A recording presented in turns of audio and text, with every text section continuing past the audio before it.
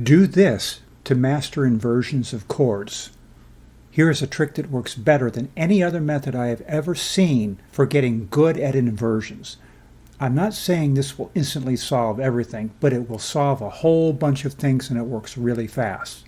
By the way, inverting a chord either means moving the bottom note to the top or moving the top note to the bottom. Here is the idea.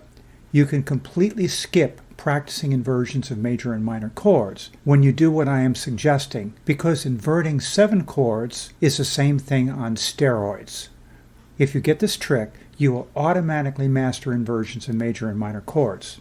For the rest of this video, you can play all of your chords with block chords, but I found it very useful to use arpeggios because at first it is easier to see what you're doing.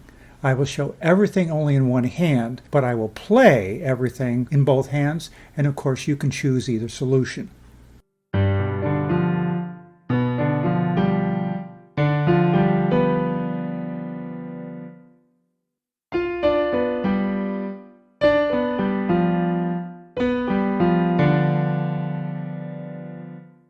It goes like this. Start with the root position white dominant 7 chord, which is called the G7 chord. Most chords are initially defined in their simplest form and in root position. Think of this as a dictionary definition of the chord. The idea is that a root position chord is more important than its inversions. However, this is absolutely false, which all experienced pianists eventually find out because inversions happen just as often and are just as important as root position chords. Like the Highlander, the G7 chord is unique. There is only one. All other dominant 7 chords have at least one black note. The moment you can play this chord, invert it up twice.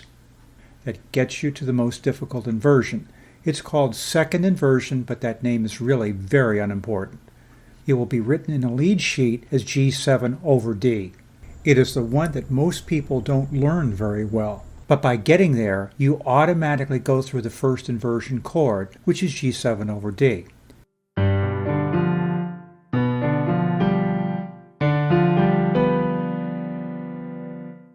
Now go in the other direction. Again, start with the root position G7 chord. Go down 2 inversions. This will immediately review what we call the third inversion chord, which is G7 over F.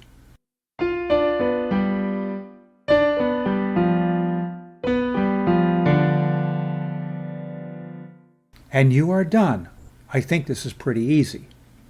Now comes the rabbit hole.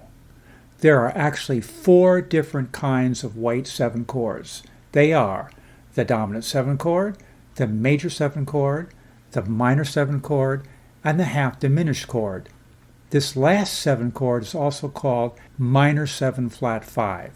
Now that you have practiced the dominant 7 chord, do the same thing with any of the white major 7 chords. They all work the same way.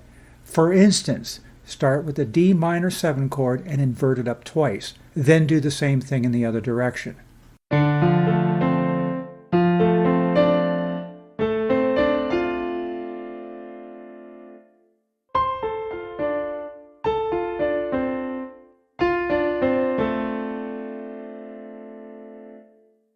Obviously, this will work the same way for an E minor 7 chord and an A minor 7 chord.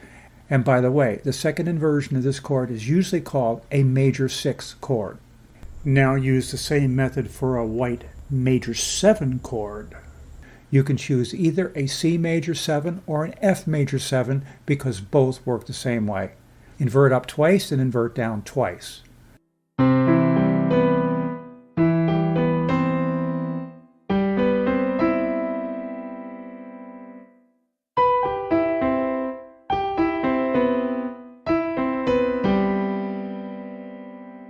Finally, do the same thing for the white half diminished chord, which is the B half diminished chord. And by the way, the second inversion of this chord is usually called a minor 6 chord. This is another Highlander chord. There is only one.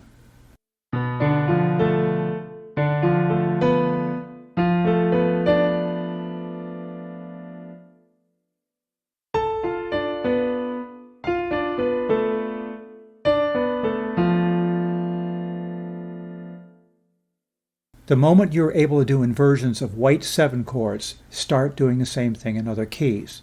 You probably want to start off with the key of F major and G major because they are almost white. Then little by little explore all the other 12 keys. Please don't forget to subscribe to my channel. Leave me comments about anything you like, comments about anything you'd like to see in the future, and remember that I consider all suggestions.